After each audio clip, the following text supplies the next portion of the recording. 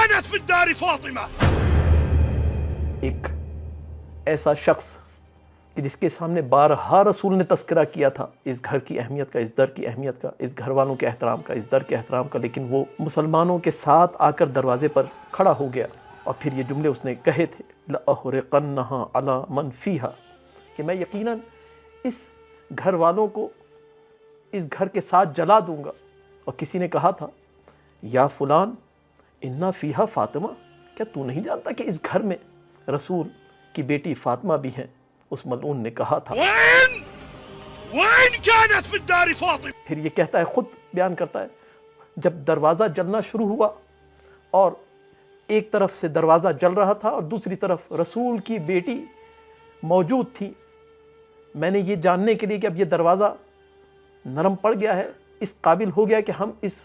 دروازے کو گرا کر داخل ہو جائیں گھر کے اندر اور بیعت لے سکیں، کہتا ہے فرقلت الباب، میں نے دروازے پر لات ماری، جیسے ہی میں نے لات ماری قد الصقت احشاها بالباب تترسہ، میں نے دیکھا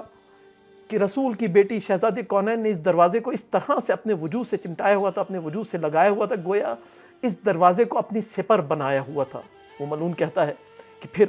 جیسے ہی میں نے لات ماری وَسَمِعْتُهَا قَدْ سَرَقَتْ سَرْقَةً، کہ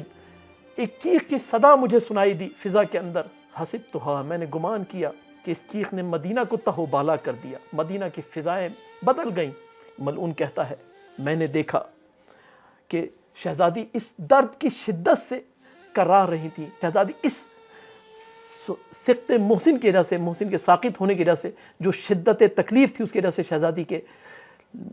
دہن سے آوازیں بلند ہو رہی تھی، شہزادی کے منہ سے آوازیں بلند ہو رہی تھیں، اور پھر وَهِيَا مُسْتَنِدَةٌ إِلَى الْجِدَارِ، اور شہزادی دیوار کا سہارا لیے ہوئے تھیں۔